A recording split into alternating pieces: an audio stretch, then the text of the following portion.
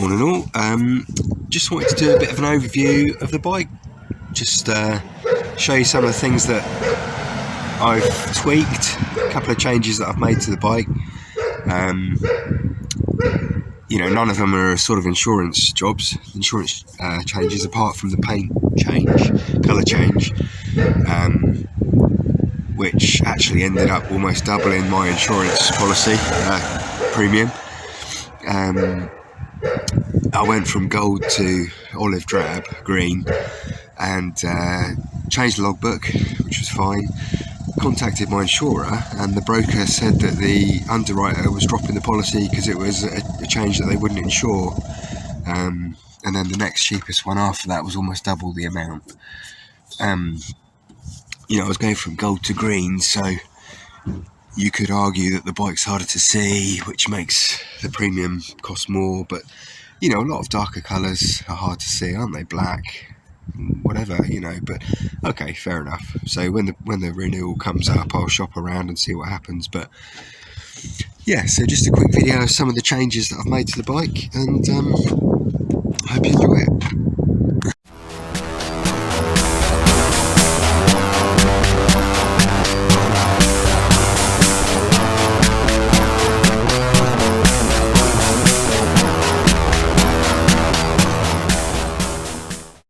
Okay, so starting at the front of the bike,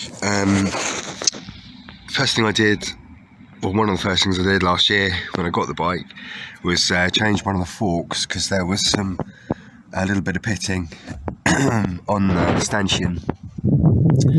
I had intended to rebuild both forks. I bought a rebuild kit, but I don't have a vice, well, I don't have a garage, nothing like a vice or anything, and I just couldn't get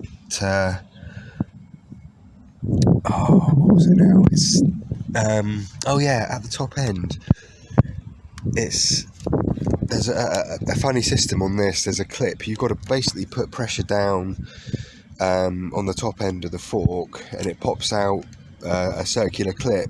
Without a vice, that's really difficult. You know, some bikes there's a bolt that you undo, and that releases the pressure. So in the end, I ended up getting a cheap fork off eBay, which has kind of solved the problem for a bit, but I do need to rebuild these forks at some point. I've got the rebuild kit indoors to do that, so I'll find a way to do that at some point. I put these gaiters on. These were about a tenner off Amazon. They went on at the start of last summer, and they're doing a really good job. There's no sign of deterioration on them. And yeah, I'm really pleased, keeping all the winter salt and everything off the stanchions. Replaced these two bolts here. They're fine pitch bolts on the brake caliper. I've got to have that off soon actually, because I need to replace the pads. I need to tap a new thread in on this side, because you've got to be careful not to over tighten this bolt or you lose the thread, which is obviously no good. So I'm going to need to find a way to get that out and tap a new thread in.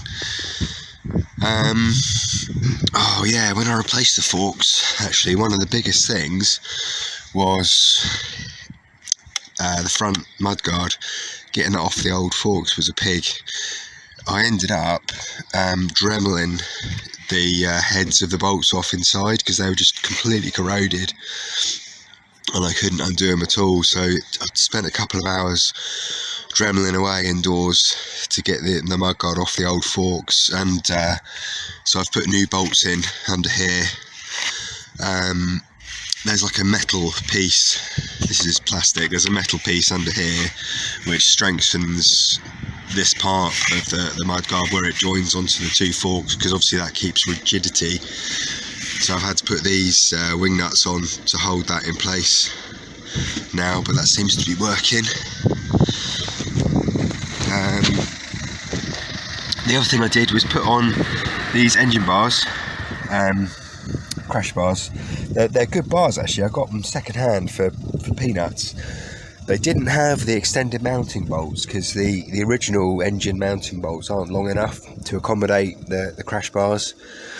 So I just went to Toolstation and bought some M10 threaded bar I can't remember, it's about £5 I think, for something like a metre, or might have been a bit longer, and I just cut it down, and I don't know if you can pick that up, just put that through front and back to fit these engine bolts, engine guards.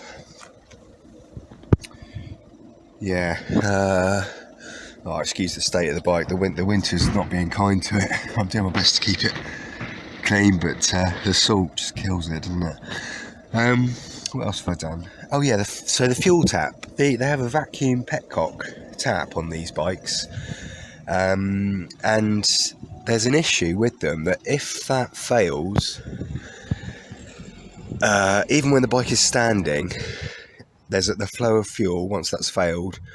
And if that's in conjunction with your float needles failing on the carbs, the fuel can overflow the carbs and end up in the engine, and you end up with fuel in your oil and all sorts. So what I've done here to try and, in case that happens, basically, if the bike's stood for a few days, you might not know it's happening. So what I've done, I put in an extra fuel tap. I've got some 8mm inside diameter pipe, and that comes down from the feed from the tank, and then it's literally an on-off tap that then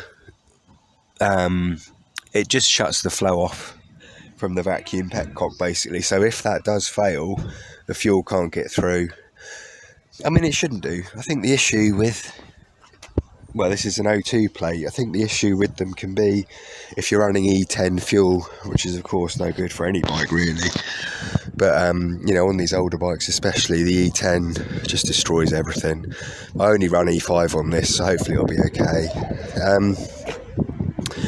What else? Oh yeah, the obvious one, the colour change.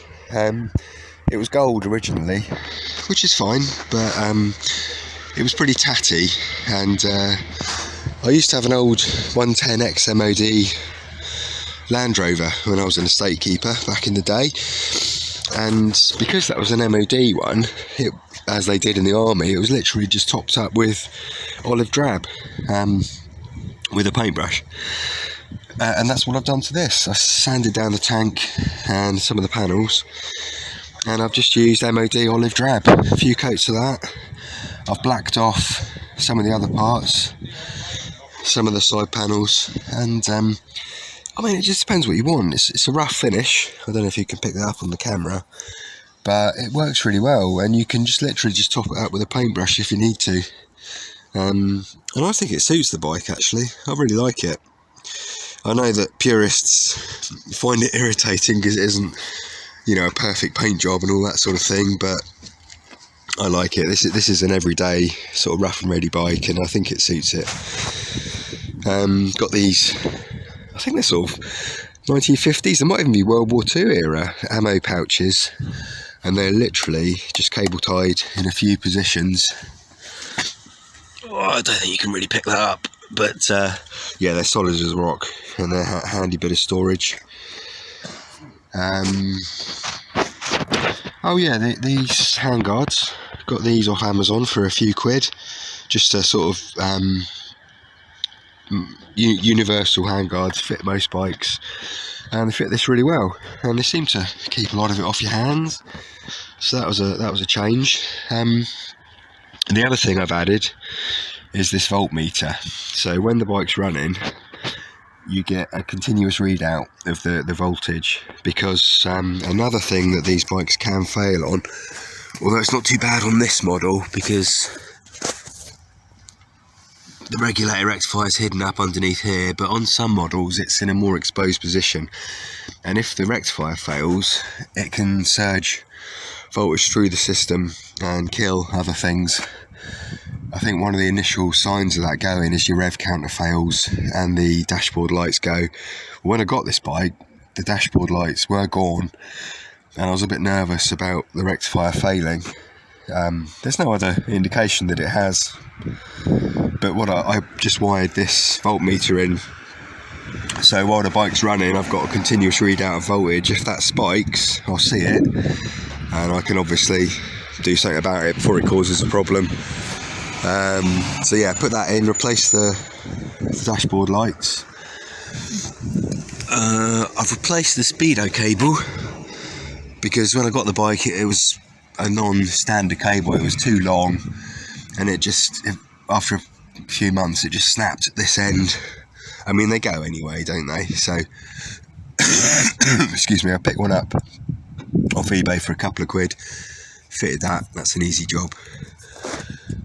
And I think that's about it really as far as changes to the bike go. Cleaned up the swing arm, that was in a state when I got the bike. Yeah.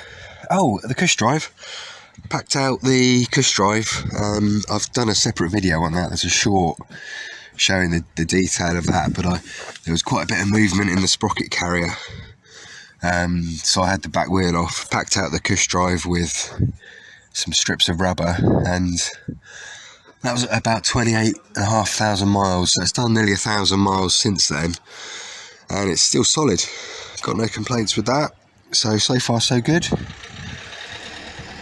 So yeah, that's kind of an overview of the bike as it is at the moment. So thanks for watching, and speak to you soon.